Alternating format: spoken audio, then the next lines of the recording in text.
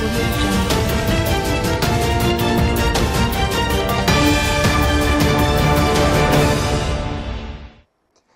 siang, kembali lagi bersama saya Leni Kartika dalam Maxco Futures News. Berikut adalah berita seputar dolar dan emas untuk hari ini. Kurs dolar Amerika Serikat melemah pada akhir perdagangan Senin waktu setempat atau Selasa waktu Indonesia bagian Barat, menyusul kenaikan 2 sesi berturut-turut. Pelemahan itu terjadi karena sentimen risk-off partisipan pasar mereda. Pada hari ini Selasa 16 Juni 2020, indeks dolar yang mengukur greenback terhadap 6 mata uang utama lainnya turun 0,61% pada level 96.7090. Greenback naik secara signifikan pada Kamis dan Jumat lalu karena para pedagang mencari tempat yang aman di tengah khawatiran atas kebangkitan kasus COVID-19 di seluruh Amerika Serikat. Ada harapan agar pandemi COVID-19 ini bisa segera berlalu dan nantinya indikator perekonomian kembali membaik.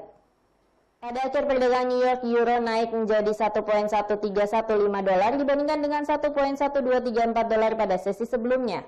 Sementara itu, pound sterling Inggris naik menjadi 1.2582 dolar dibandingkan dengan 1.2492 dolar pada sesi sebelumnya. Dolar Australia naik menjadi 0.6915 dolar dibandingkan dengan 0.6843 dolar. Dolar Amerika Serikat membeli 107.32 yen Jepang lebih rendah dibandingkan dengan 107.44 yen Jepang pada sesi sebelumnya. Sementara itu, harga emas turun lebih dari 1% pada penutupan perdagangan Senin karena dolar Amerika Serikat terus menguat mendekati level tertinggi dalam satu pekan. Namun harga emas masih mampu bertahan di atas 1.700 dolar per ounce, didukung oleh kekhawatiran gelombang kedua infeksi virus corona. Pada hari ini Selasa 16 Juni 2020, harga emas di pasar spot turun 0,6% menjadi 1.719,67 dolar per ounce. Sedangkan harga emas berjangka Amerika Serikat turun 0,6% ke level 1.726,50 dolar per ounce. Data fundamental yang akan berdampak tinggi pada hari ini adalah akan dirilisnya hasil meeting Bank of Japan, pengumuman suku bunga bulan Juni 2020 dan statement kebijakan moneter Bank of Japan.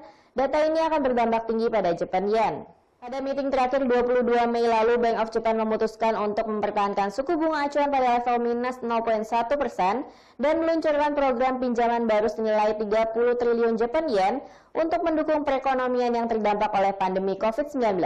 Untuk bulan Juni 2020 diperkirakan Bank of Japan masih akan mempertahankan suku bunga sebesar minus 0,1% dengan kemungkinan untuk menambah stimulus lagi.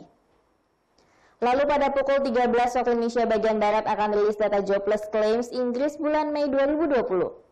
Data ini akan berdampak tinggi pada pound sterling. Bulan April lalu klaim tunjangan pengangguran di Inggris bertambah 856.500 klaim, jauh lebih tinggi dari perkiraan bertambah 675.000 klaim. Dan merupakan rekor tertinggi sejak indikator ini dirilis tahun 1971. Lonjakan tersebut disebabkan oleh hilangnya banyak lapangan pekerjaan akibat aktivitas ekonomi yang terhenti oleh wabah COVID-19. Untuk bulan Mei 2020 diperkirakan klaim tunjangan pengangguran akan bertambah 370.000 klaim. Hasil rilis yang lebih rendah dari perkiraan akan cenderung menyebabkan pound sterling menguat. Lalu pada pukul 19.30 waktu Indonesia bagian Barat akan rilis data retail sales Amerika Serikat bulan Mei 2020. Data ini akan berdampak tinggi pada US dollar. Bulan April lalu, Advance Retail Sales Amerika Serikat month over month turun 16,4%, lebih rendah dari perkiraan turun 12%, dan merupakan rekor terendah sejak tahun 1992. Penjualan retail inti turun 17,2%, jauh lebih rendah dari perkiraan turun 8,6%, dan menjadi rekor terendah sejak 1992. Advance Retail Sales April year over year juga mencapai rekor terendah sejak 1993 pada minus 21,6%. Penurunan terjadi pada stasiun bahan bakar, toko pakaian, peralatan elektronik, dan furniture, akibat terhentinya aktivitas bisnis oleh wabah COVID-19. Untuk bulan Mei 2020 diperkirakan Advance Retail Sales month over month akan naik 7,4% dan Core Retail Sales akan naik 5,5%. Di sisi lain, Advance Retail Sales year over year diperkirakan turun 24,6%. Hasil rilis yang lebih tinggi dari perkiraan akan cenderung menyebabkan US dollar menguat. Lalu pada pukul 21 waktu Indonesia bagian Barat akan rilis testimonial hari pertama Ketua The Fed Jerome Powell di hadapan Senate Banking Committee di Washington DC. Data ini akan berdampak tinggi pada US dollar. Pada rapat terakhir The Fed 11 Juni lalu, Powell menyoroti muramnya perekonomian Amerika Serikat dan lonjakan tingkat pengangguran yang signifikan. Proyeksi ekonomi juga mencerminkan prospek yang kurang menggembirakan. Proyeksi pertumbuhan untuk tahun ini diperkirakan mengalami kontraksi hingga 6,5%, lebih rendah dibandingkan proyeksi bulan Desember 2019 yang plus 2%. Sementara itu, tingkat pengangguran tahun ini diproyeksikan naik hingga 9,3%, lebih tinggi dibandingkan proyeksi Desember yang 3,5%.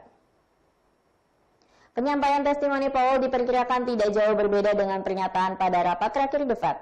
Jika secara keseluruhan pernyataan Powell dianggap hawkish, maka US dollar akan cenderung menguat. Namun jika statementnya dianggap dovish, maka US dollar akan cenderung melemah. Berikut adalah forecasting strategi serta support dan resistance untuk hari ini.